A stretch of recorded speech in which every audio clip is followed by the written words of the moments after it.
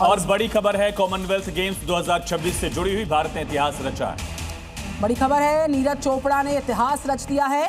Javelin throw में भारत को silver medal हासिल हुआ है। कॉमनवेल्थ गेम्स 2026 में ये सिल्वर मेडल अपने नाम किया और ये बड़ी सफलता।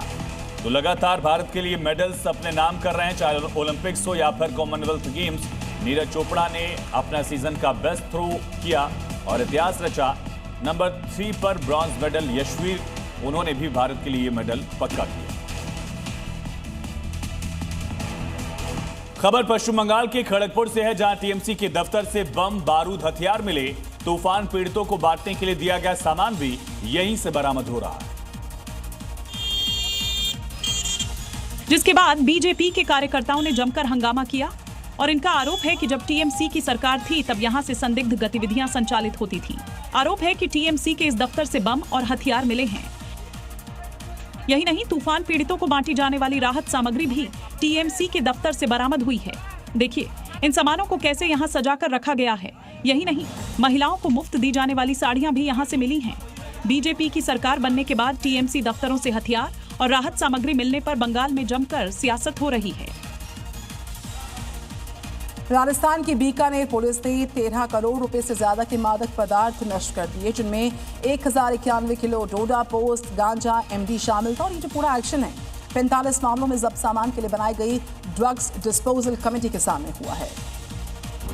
अपराधियों और भूमाफिया के खिलाफ पुलिस प्रशासन का संयुक्त अभियान लगातार जारी है। इसी क्रम में बड़ी कार्रवाई करते हुए प्रशासन ने 2 हिस्ट्री शीटरों से जुड़े अवैध कब्जों पर बुलडोजर चलाकर उन्हें ध्वस्त कर दिया। इसके अलावा 45 प्रकरणों में जब्त मादक पदार्थों को भी नियमानुसार निस्तारण किया गया। कार्रवाई में 1091 किलो डोडा पोस्ट, 17.255 किलो गांजा, 285.54 ग्राम एमडी, 132.64 ग्राम स्मैक, 512.25 ग्राम एमडीएमए और 50,680 नशीली गोलियां शामिल हैं। ये कार्रवाई रेंज आईजी ओम प्रकाश के निर्देश पर पुलिस अधीक्षक मृदुल कछावा के नेतृत्व में चलाए जा रहे विशेष अभियान के तहत की गई। ये खबर है पश्चिम बंगाल से, जहां बरसात के बाद नारायणगढ़ इलाके में केलेघाई नदी का जलस्तर अचानक से बढ़ गया। नदी का पानी आसपास के कई गांवों में घुस गया, जिससे फसलें, दुकानें और मकान सब जलमग्न हो गए हैं। और आप जिधर भी नजर दौड़ाएंगे वहाँ पानी ही पानी दिखेगा। खेत, मकान, सड़क सब जगह पानी भर चुका है। सड़कें पानी में डूब चुकी हैं। उनके किनारे खड़े बिजली के पोल दिख रहे हैं। गांव से बाहर निकलने के सारे रास्ते बंद हो चुके हैं। अब यहाँ सिर्फ नाव का सहारा है। इलाके की बड़ी आबादी का संपर्क शहर से कट गया है। गाँव के लोग जलकैदी का जीवन गुजार रहे हैं। स्थानीय लोगों का कहना है कि अब तक उनके पास किसी तरह की मदद नहीं पहुँची है। ऐसे में लोग राहत और बचाव कार्य में तेजी लाने की मांग कर रहे हैं। खबर महाराष्ट्र के रायगढ़ से है, जहां शिवथर घाटी में भीषण बारिश के बाद 3 गांव का सड़क मार्ग से संपर्क कट गया। जनजीवन पूरी तरह से अस्त व्यस्त हो गया।